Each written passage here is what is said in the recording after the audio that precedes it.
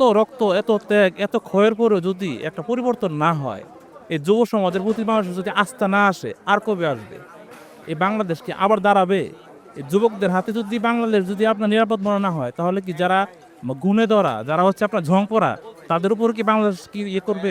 মানে ঠাঁই করতে পারবে? দাঁড়াতে পারবে? আমাদের এইখানে যিনি যোগ্য তার চেয়ে আমরা না করে আমরা দেখছি যে মার্কার দিকে আমরা বেশি ঝুঁকছি। সুক্রালোজ থেকে তৈরি স্কোয়ারের জিরো ক্যাল চিনিবাদ মিষ্টি স্বাদ। এর সময় আমরা আমাদের ভবিষ্যৎ প্রজন্মের ভবিষ্যৎ নিয়ে ভেবে চিন্তে জেনে বুঝে তারপর ভোট দেই, নাকি আর কোনো কারণ এটাতে কাজ করে? যে আমাদের তো অবশ্যই উচিত যে আমরা এমন কাউকে যেন ইলেকশনে মানে দেখতে না চাই যে জনগণ বান্ধব না হয়, যে জনগণের উপরে যেন ত্রাসের রাজত্ব কায়েম না করে এমন একজনকে আমরা ভোট দিতে চাই। কিন্তু আমরা আসলে বাস্তবে এরকম তো হয় না। কারণ হয় না কি, আমরা হচ্ছে ওই স্রোতের মধ্যে আমরা আমাদেরকে মনে হয় নিজেদেরকে করে দিই, সম্পৃক্ত করে ফেলি। তো আমরা স্রোতের উল্টা যায় যে আরেকজনকে নিজের ইচ্ছা মতো মানে চয়েস করতে পারবো, সেটা আমরা করি না। ভোটারের শ্রেণী বিভাগ করতে হবে এখানে আমার, যেটা আমি বুঝি। সকল ভোটার একরকম ভাবনা ভাবে না।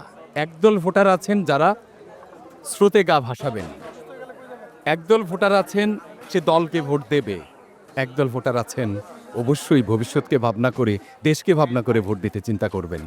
এইটা অনিবার্য সত্য এবং এটাই হবে এবং এটা সর্বক্ষণ ছিল। যদিও যারা দেশের কল্যাণে বা ভবিষ্যতের কল্যাণে আমাদের ছেলে মেয়েদের আগামী প্রজন্মের কল্যাণের চিন্তা করে যাচ্ছে, এই সংখ্যাটা হয়তো ব্যাপক না, কিন্তু তারপরেও আমরা আশাবাদী। বা হয়তো এই সংখ্যাটা, হ্যাঁ, ব্যাপক দেখা কিনা আমরা হয়তো এখনো হয়তো আমরা বুঝতে পারছি না, কিন্তু পরিবর্তনের দিকে আমরা যাব। ওই ভোটাররাই একদিন এগিয়ে আসবে এবং তাদের জয় হবে, আমরা সেই স্বপ্নটা দেখি। এবারের জনগণ শুধুমাত্র আনন্দের জন্য, উল্লাসের জন্য ভোট দেবে এমনটা মনে হয় না। এবার একটা রাষ্ট্রের গঠনের প্রশ্ন আছে। এবার আমার প্রজন্মের ভালো থাকার মন্দ থাকার প্রশ্ন আছে।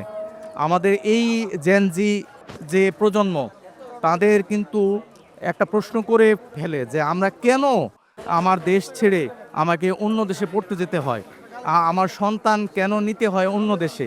এই প্রশ্নগুলো কিন্তু তারাও করছে। সুতরাং এবারে ব্যাপারটা ওরকম হবে না। তরুণ প্রজন্মের ভোটটা আমার মনে হয় যে পরিবর্তন নিতে যাবে, ইতিবাচক পরিবর্তন বয়ে আনবে। তবে আমরা আশাবাদী যে এবারের নির্বাচনে স্রোতে গা ভাসার পরিমাণে কমে যাবে এবং বিবেচনা করে চিন্তা ভাবনা করে এবারকার ভোটটা দেওয়া হবে। স্রোতে গা ভাসিয়ে অনেকে মানে ব্যক্তির চেয়ে যিনি আমাদের এই অঞ্চলের জন্য আমরা নরসিংদী সদরে আছি, আমাদের এইখানে যিনি যোগ্য তার চেয়ে আমরা না করে আমরা দেখছি যে মার্কার দিকে আমরা বেশি ঝুঁকছি। তো এটা যেন না হয়, আমাদের সবাই খেয়াল রাখতে হবে যেন আমরা যোগ্য ব্যক্তিকে যোগ্য জায়গায় আমরা বসাতে পারি। আমার বিশ্বাস এবার শুধু মার্কা নির্ভর হয়েই জিতা যাবে না কোনো দলের জন্য। সেক্ষেত্রে জনগণকে সাথে নিয়েই জনগণের কাছে গিয়ে ভোটাধিকার তাদের আদায় করতে হবে, তাদের সমর্থন আদায় করতে হবে। এত রক্ত, এত ত্যাগ, এত ক্ষয়ের পরেও যদি একটা পরিবর্তন না হয়, এই যুব সমাজের প্রতি মানুষের যদি আস্থা না আসে, আর কবে আসবে? এই বাংলাদেশ কি আবার দাঁড়াবে? এই যুবকদের হাতে যদি বাংলাদেশ যদি আপনার নিরাপদ মনে না হয়, তাহলে কি যারা গুণে ধরা, যারা হচ্ছে আপনার ঝং পড়া, তাদের উপর কি বাংলাদেশ কি ইয়ে করবে? মানে ঠাঁই করতে পারবে? দাঁড়াতে পারবে? আমার কাছে মনে হয় না।